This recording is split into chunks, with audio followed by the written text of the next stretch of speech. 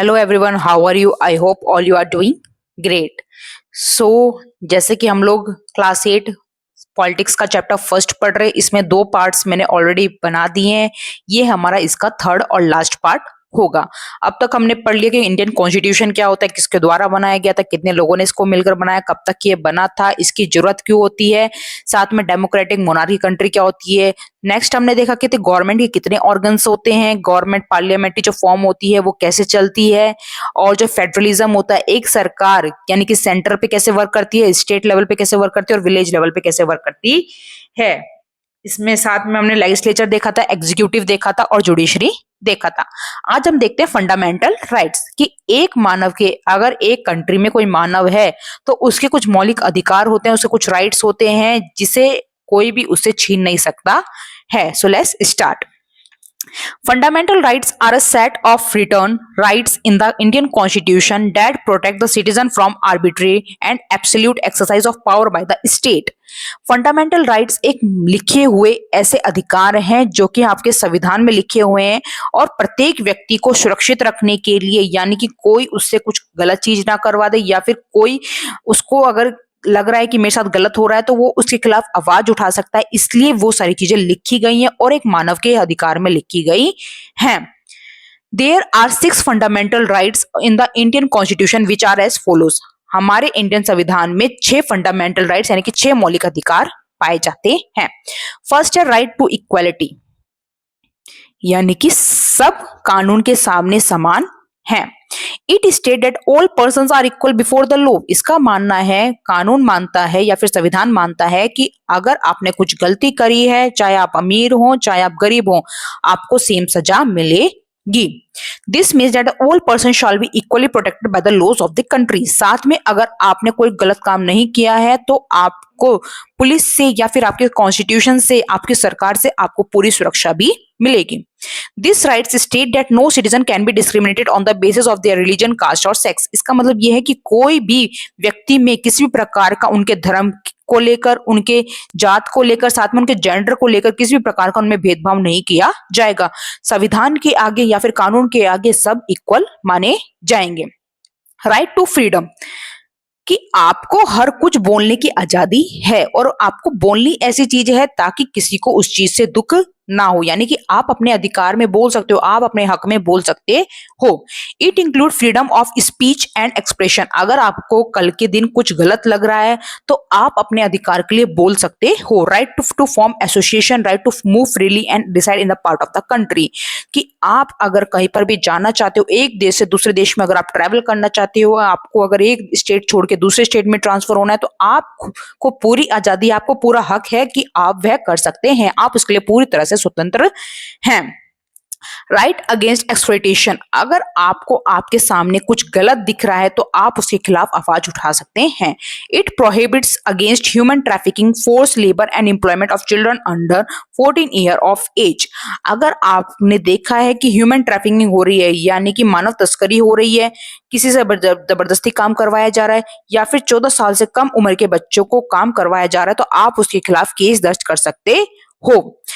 Right to freedom of religion, कि आपको पूरी तरह से अपना धर्म चुनने का अधिकार है।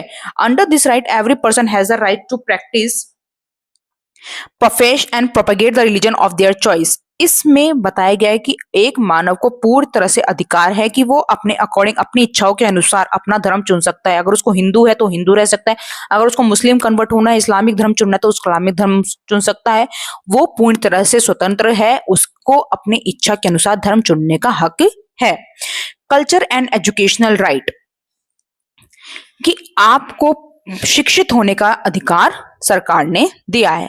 It provide the right to all minorities both religion and linguistics to set up their own educational institution for preserving and developing their culture. हर किसी को यह अधिकार होता है कि 14 साल तक आपको क्या करना है, अपने आप को शिक्षित करना, यानी कि 8 ईयर्स तक, 8 क्लास तक आप को पढ़ाई करना कंपलसरी है। ये भी गवर्नमेंट ने बनाया है, ये आपका हक है। अगर इसमें आपके पेरेंट्स आपको रोकते हैं या फिर आपका समाज आपको रोकता है तो उसके खिलाफ आप आवाज उठा सकते हो।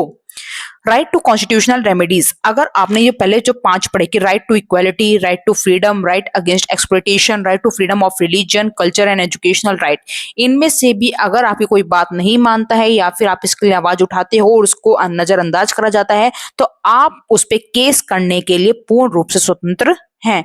It allows citizens to appeal in the court if any of their fundamental rights have been violated by the state. अगर कोई नागरिक, अगर कोई सरकार आपके राइट्स का बहिष्कार करता है तो आप उसके लिए कोर्ट में केस दर्ज कर सकते हो।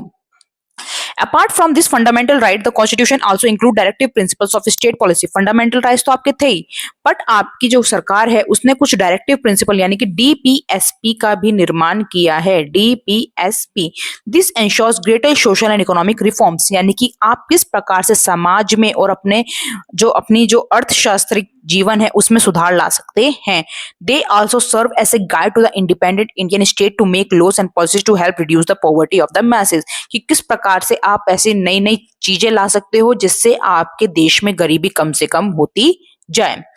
नेक्स्ट लास्ट पॉइंट अपना सेक्युलरिज्म। सेक्युलरिज्म का मतलब होता था Indian constitution has provided for a secular state, कि जो हमारा संविधान है वो एक सेक्युलर स्टेट है। सेक्युलर स्टेट का मतलब होता है कि जो हमारा जो सरकार है वो किसी भी धर्म में भेदभाव नहीं करेगी, साथ में जो सरकार होती है वो अलग है और जो धर्म होता है वो अलग है। धर्म अपने अकॉर्डिंग चलेगा, सरकार अपने अकॉर्डिंग चलनी चाहिए, तो ही आपका जो देश है एक अच्छा डेवलपमेंट कर सकता है, एक अच्छी प्रगति कर सकता है। कभी भी अगर आप देश को या धर्म को मिला देते हो तो आपको काफी ज्यादा दिक्कतें हो सकती है या फिर आप कई बार गलत डिसीजंस भी ले सकते हो। तो इसलिए हमारे संविधान में एक चीज साफ साफ लिखी हुई है कि एक कंट्री बिना सेक्युलरिज्म के होनी चाहिए, यानी कि स्टेट और रिलीजन को बिल्कुल पूर्ण रूप से अलग अलग रखना चाहिए। सो ये हमारा चैप्टर था फर्स्ट, द इंडियन कॉन्स्टिट्यूशन, ये हमारा कंप्लीट हो गया है। इसमें अपन ने बहुत सारी चीजें पढ़ी जो आपको संविधान के बारे में अपनी जानकारी होनी चाहिए। अगर आप एक ह्यूमन हो तो आपको ये भी नॉलेज होनी चाहिए कि आप किस प्रकार से अपने हक के लिए लड़ सकते हो। ये मैं फिर से बता रही हूँ कि ये जो जितने भी नोट्स मैं पढ़ा रही हूँ आपको, ये हरियन पब्लिकेशन का है। ये सिंपल लैंग्वेज में आपको सारे नोट्स देता है।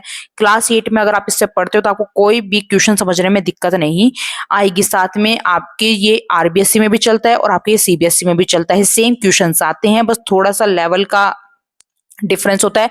अदरवाइज इसकी जो लैंग्वेज है वो काफी ज्यादा मेरे को इजी लगी, इसलिए मैं आपको इस पब्लिकेशन से पढ़ा रही हूँ। अगर आपको लगता है कि आपको किसी और पब्लिकेशन की बुक से पढ़ना है, किसी और ऑथर की बुक से पढ़ना है, तो प्लीज कमेंट करके बताइए। Okay, thank you.